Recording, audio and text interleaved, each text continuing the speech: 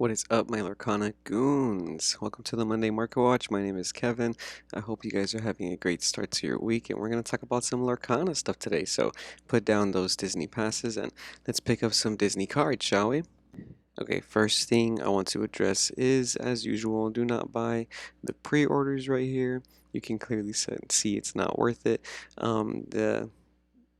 The collector edition box is not going to be this expensive, and I don't even think the Floodborne booster box is going to be this expensive right out the gate, right? But don't buy the pre-orders. We already know that. Hopefully, this is the week that we get our supposed restocks and next wave, because this pricing on Chapter 1 box is getting ridiculous. As you can see, the lowest listing is now $400. 385 unopened, but booster packs only, so it's just the packs, it's not even the actual box. And then after that it goes to 420 for the lowest verified. So $400 is the market price according to TCG Player on the first chapter box right now, guys. That's kind of crazy. We'll see how long that lasts. Maybe it might go down this week when we get our supposed wave 2 and restocks, as Lorcana said, but if not, then looks like it's going to be the price for the box now.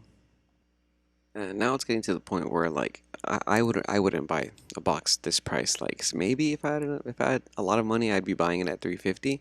But like even if I had all the money in the world, I'm not gonna pay 420 for a box. That's way too much. But you guys let me know what you think is just too much. Let us know in the comments, and also while you're at it, subscribe, leave a like if you want to support Lorcana Goons, etc., etc.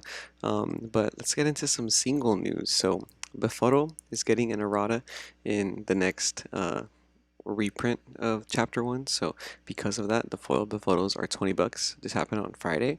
And if you look at the listings, there's 12 listings now, and it's still a $20 card for a foil. It's $20 uncommon foil Befuddle. There's a multiple that are listed here now, and the minimum is 20 bucks. And if you go to the sales history, you're gonna find plenty of sales within that $20 range right here. So there's some that sold for more than 20, 28, 22, 23, 25. So they were selling for 25, close to $25 this weekend, and they fell back down to 20, but this was super hyped. I don't know if this is going to be worth it, guys. I don't know if you should be paying $20 for a foil befuddle, but if you are, then good for you, and if you already have them, then even better for you, and if you're the one selling them, then the best for you, right? Same thing going on here with Work Together. Work Together, it's getting an errata. They're spelling Potch's name. Again, I said it in the last Market Watch, but last Market Watch there was only a couple listings, and they were all being sold for $5 for the cold foils. And today it's fell down $1, so $3, $4 for the cold foils on Work Together. Obviously, biggest difference being that people actually play Befuddle. Nobody plays Work Together, but the Work Together is a $5, $4 common foil right now. So there's still not that many listings on TCG Player. If you guys want to get rid of these cards right now because you think it might be worth it because of the errata, then by all means get rid of them. If you want to collect them right now, then do your own research.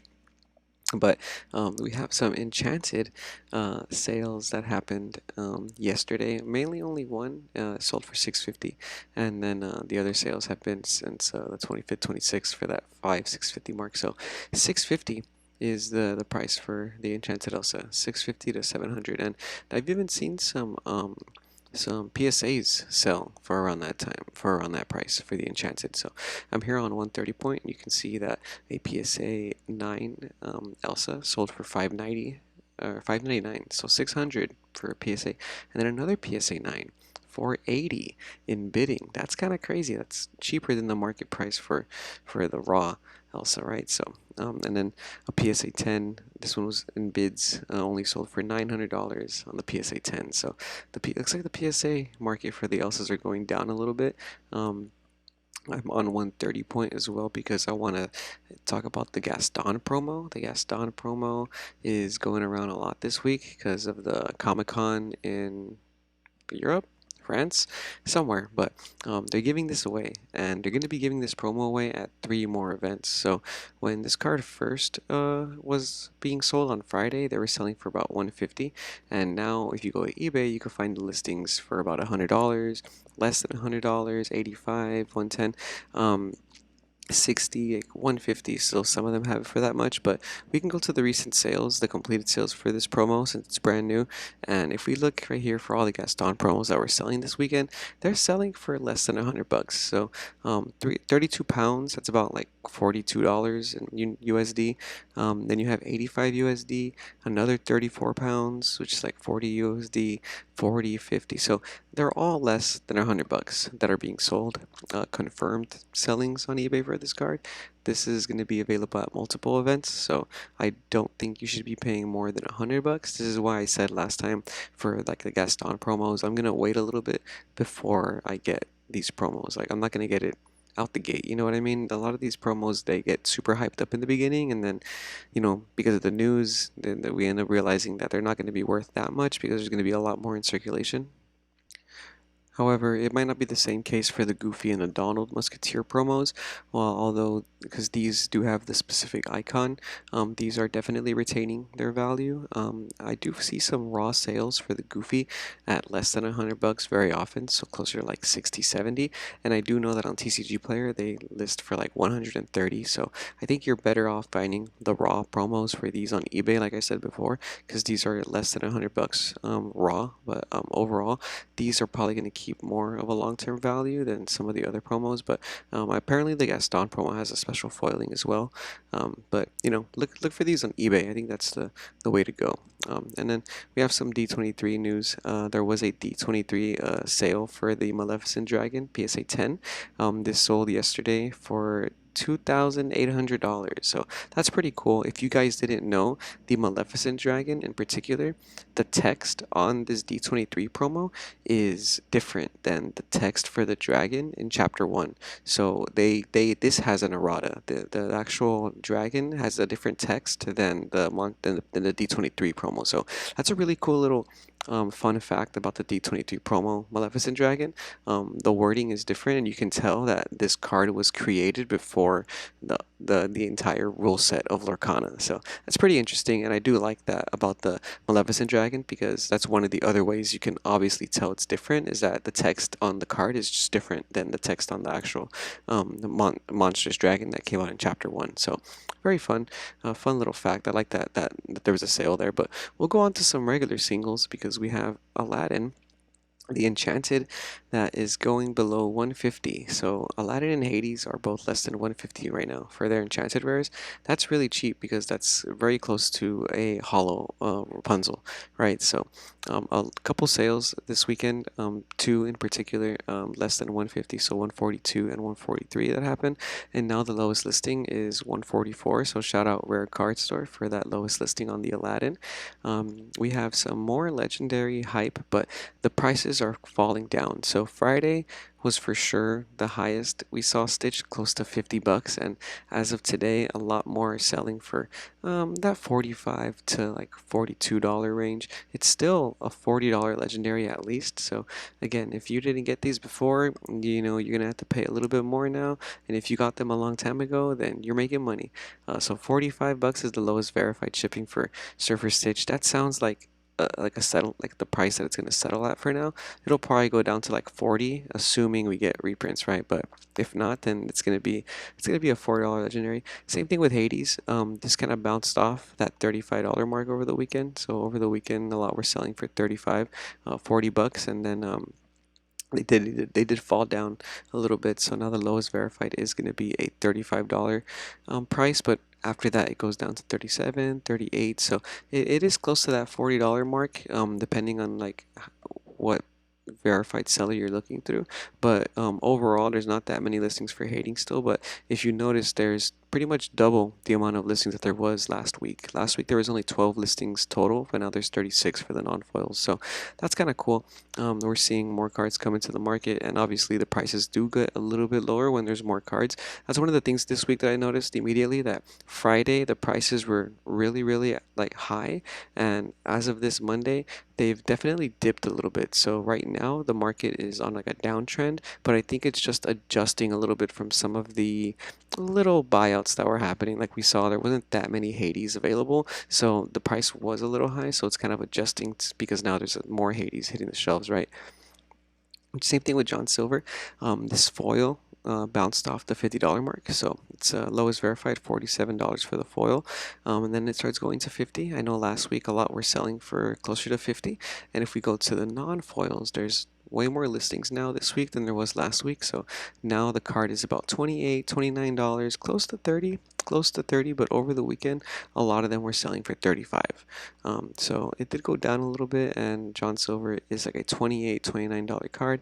I don't think it's going to stay in the $20 range very long. I do think it's going to go back to that $30 range soon. This is just a card that always gets picked up. Same thing with Cusco.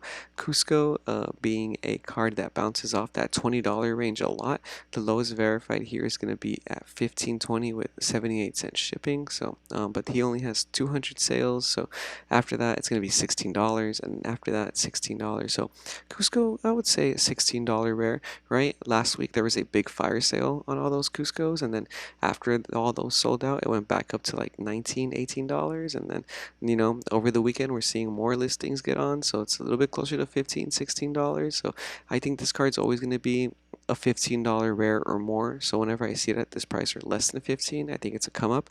But I like this card a lot. It's not going to go anywhere, and it shows in the cold foil pricing, because the cold foil Cuscos are now hitting close to $25, 24 on the lowest verified, 24.50 after that.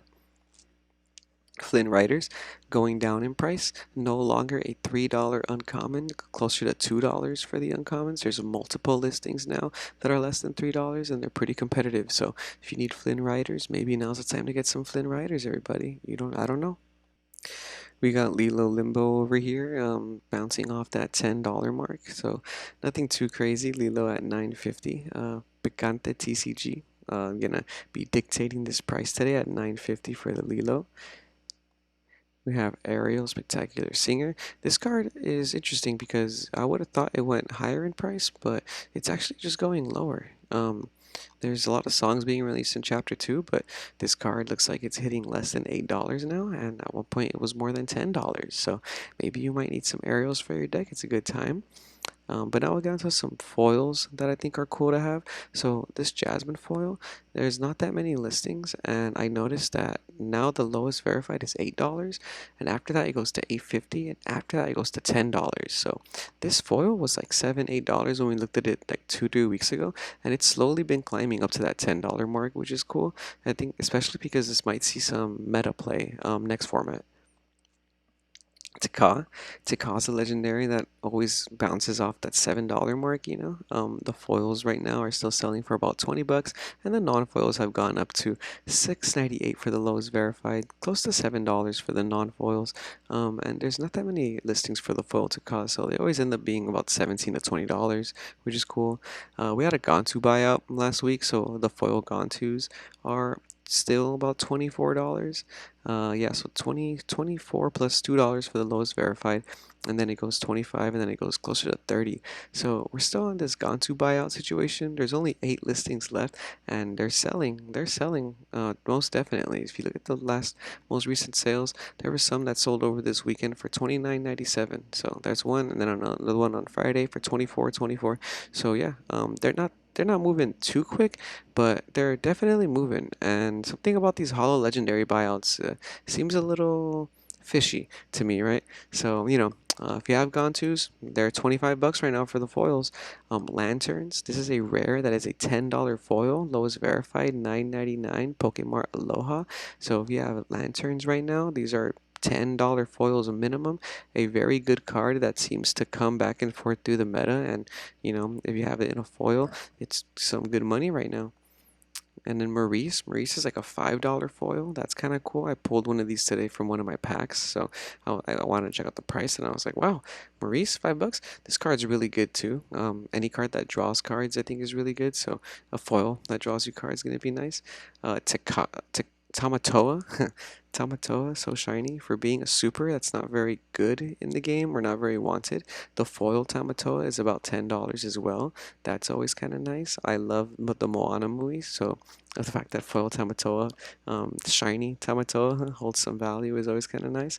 And then last we have Smash. Smash is a staple in a lot of steel decks, and this foil is going to be about $5. So if you have some Smashes in your deck and you want to make some money, you can get rid of these for $5 each, or if you pull one of of these, that's a $5 staple right there. It's an uncommon too, so that's kind of cool. But that's all I really have to go over for this market watch. I apologize for the quickness and the audio on this video. I do have to go to work today at 5 in the morning, so I am trying to get this out in between that. So I do appreciate you guys supporting the channel. We just hit 400 subscribers, and it really means a lot to us. Me, Bag, and Zach do a lot to try and get the Lorcana info out there, and we're even hosting in real life tournaments and stuff like that. So be sure to follow us on social media platforms too.